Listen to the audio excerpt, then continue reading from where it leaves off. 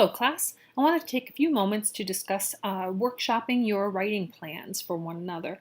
This is a beneficial activity not just for your partner whose writing plan you are workshopping, but also for yourself, because as you're taking the time to walk through their processing, it helps you to see what areas maybe will make their plan stronger, not as strong, what they could perhaps use a little bit of assistance in, and then you can apply those to your own plan as well.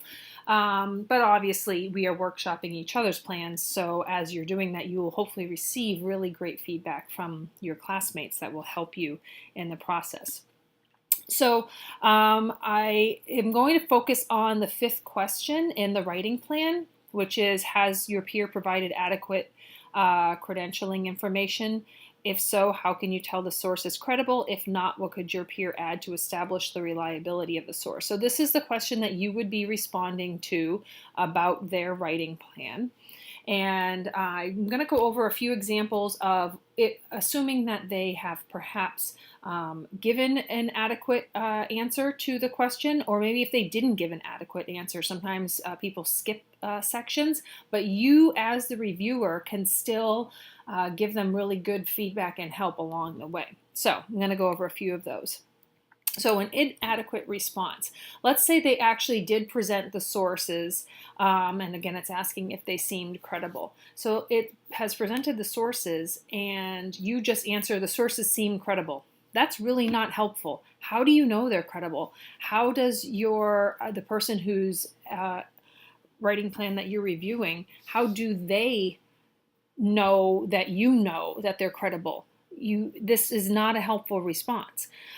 So make sure that you're going to have something more than this, and I'm going to give you some examples in a minute.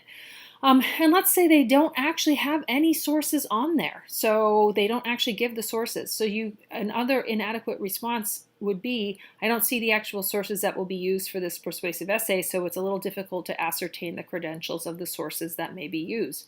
Just because there aren't the sources given doesn't mean you don't need to answer that question. So how could you potentially answer the question, whether they have the sources or not? Okay, so let's say, again, they have the sources, they're given, and you could say there was adequate credentialing in some areas and not in others. You referenced that 90% of the people that die by suicide in regards to mental illness rate, however, failed to mention where that information came from. This makes it difficult to assess if the source is credible, even if the fact seems credible. So again, while you have, there is a response in there, they've given some information, but they didn't say where the information came from necessarily. So how are you able to really assess whether the source is credible or not? But you do mention part of what they have given in their sources. So they may have given an example, but if they don't tell you exactly where that information came from, it's difficult to assess everything. But this would be a good response. I'd say it's an adequate response. It's not an excellent response. I'm going to go over that on the next slide, a couple of slides, but it's there.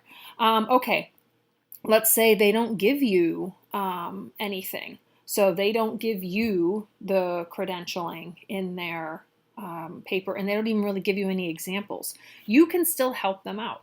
So you would need to establish a credible source like the CDC, which has been referenced later in that essay outline. So you have read their entire outline, and they do mention later on that they're going to be referencing the CDC. So you can go back and say, hey, you know what? This is the place where you should have established your credibility for your sources.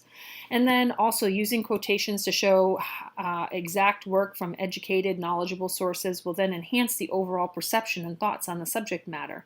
If you can, find a survey or a study or survey, for example, take the statistical information which has been gathered and quote the exact findings, or possibly introduce a chart or graph to enhance the subject visually.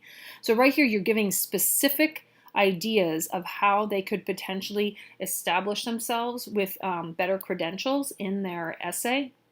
And even though they haven't given you anything in their writing plan, you are helping them, like, hey, listen, a study, a survey, these are great things to help with the credibility of your sources.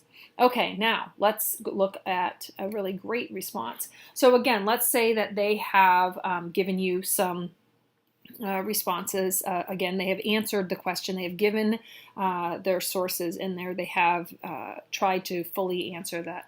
But what you need to do is now you need to determine, how do you know that these sources are credible? Remember, if we go back to our first slide where the answer was just these sources seem credible, that doesn't tell the reader how you know this.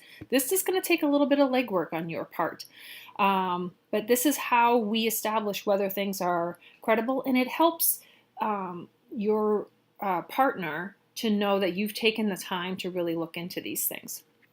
So again, so the Small Business Institute Journal and organization have been around since the 70s with participation from over 500 separate universities throughout its history, with more than 160,000 businesses assisted within the last 20 years.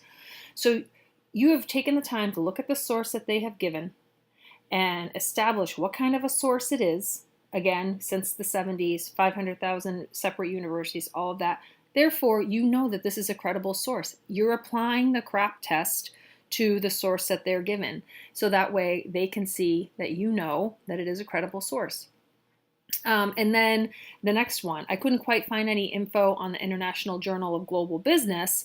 However, there is an International Journal of Business and Globalization. So probably the original author just like typed it in wrong, which is fine. So, but you did a little bit of legwork. You discovered, hey, this is probably what they meant.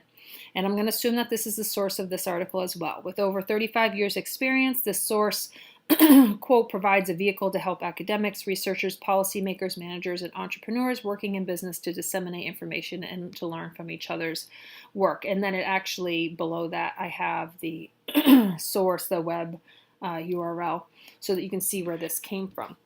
So again, you've done some legwork. You are showing your